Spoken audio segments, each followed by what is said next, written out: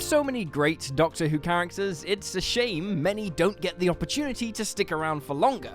It's just hard to watch such fantastic characters and not wish that they could have had a shot at the big leagues of traversing the universe with the Doctor themselves, as they seem to have all it took to be bloody brilliant. With all that in mind, I'm Will for WhoCulture, and here are 9 Doctor Who characters who would have made great companions. 9. Richard Mace. I dearly wish that after the visitation, Richard Mace was forced to escape in the TARDIS with the Doctor. He wouldn't have lasted more than a few episodes, half a season at the most, but it would have been brilliant while it lasted. I don't think we've ever had someone so ill-suited for life with the Doctor. Someone so apathetic and straight-up lazy, he can't even work up the effort to run from danger. He was hilariously dramatic and completely uninterested in being a hero. Just thinking about him on intergalactic adventures is enough to make one laugh. His dynamic with the Doctor and companions would have been interesting, but alas, he was only featured in one story. Regardless, Richard Mace was a gem. 8. Tish. Given that the interactions between Tish and Martha were really the only redeeming aspects of the Lazarus experiment, I think the writers really missed a trick in not letting her travel in the TARDIS for a few episodes. She's proven that she's brave and intelligent, and seems far more naturally sympathetic to the Doctor than her shrewish mother. And if there'd ever been an added sister dynamic, maybe less of Martha's personal storyline would have revolved around making moon eyes at the Doctor. It would have been cool to have a companion and her sister travelling around for a few episodes, and it could have raised the stakes for the season 3 finale too. All I'm saying is that if the Doctor was willing to let Jackie into the TARDIS, Tish should have been an easy decision. 7. Chayla, Snake Dance. I'm always on board with having more male companions, especially when they're as cool as Chayla. He's exactly the type of unique, insightful person the Doctor would want in his corner. While the rest of the people in Snake Dance treat the Doctor like a dangerous madman, Chayla is open-minded enough to realise almost immediately that he might actually have a point about the Mara. It takes a certain strength of character to throw aside your preconceived notions, especially when your friends and colleagues think you're insane. Chayla is immensely resourceful and unceasingly helpful to the Doctor throughout the entire story. He gets along great with the crew, and it's easy to envision him working well in a number of other episodes. It's just a shame that 5's TARDIS was already operating at full capacity when they met. 6. Linda. Look, I don't care that it was signposted about 1.5 miles away that Linda was obviously going to die and be the person the Doctor couldn't protect. I still think she would have made a great companion.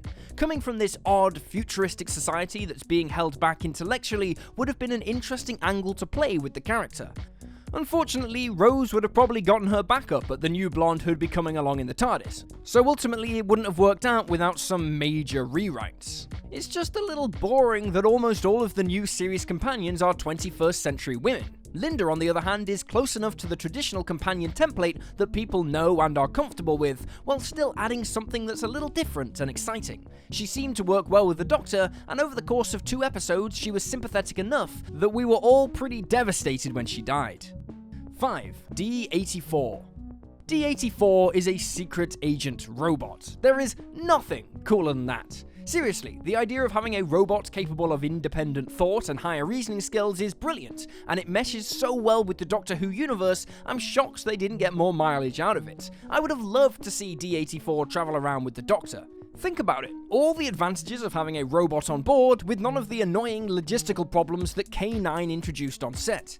It would have been far easier to incorporate him into various storylines, without having to worry about whether or not he would actually function on the sets built for different planets. Yeah, that means missing out on K9, but they could have had D-84 during Leela's run for the show and saved K9 for Romana. That way, everyone's happy. I can only assume they didn't go for it because his robot face is freaking terrifying. 4. Vash. Whenever I watch Full Circle, I'm always filled with regret that Adric's brother didn't board the TARDIS in his stead. Don't get me wrong, I hate Adric a lot less than most people do, but he just wasn't the right fit for the group. They already had 3 genius-type characters in the Doctor, Romana, and K9, and would soon be getting another in Nyssa.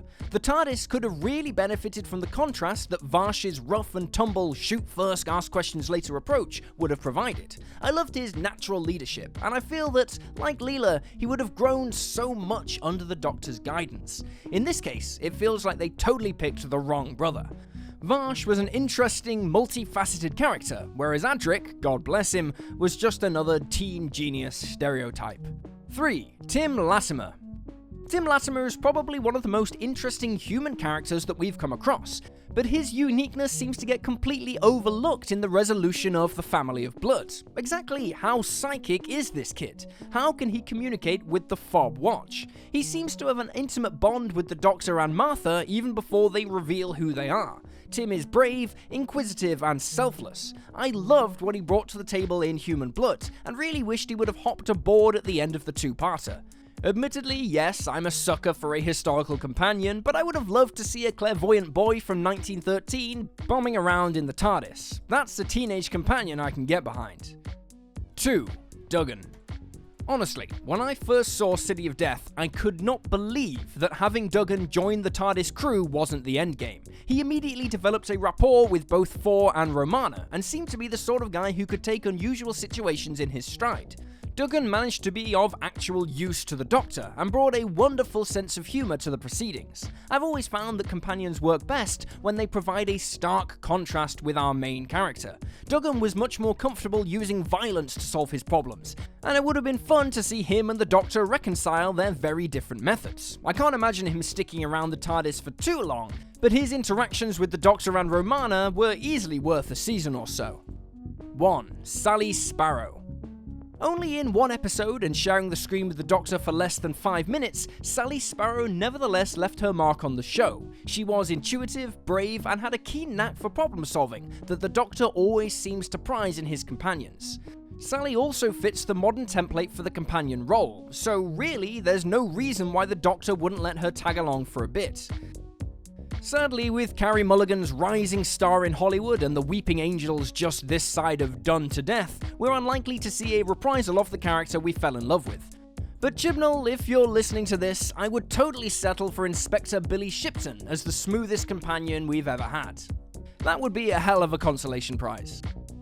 And there you have it, folks, 10 characters who should have been companions. Feel free to drop this video a like if you enjoyed it, and drop me a follow on Twitter at YouSlyDogU. I'm Will for WhoCulture, thanks for hanging out, and I'll see you next time.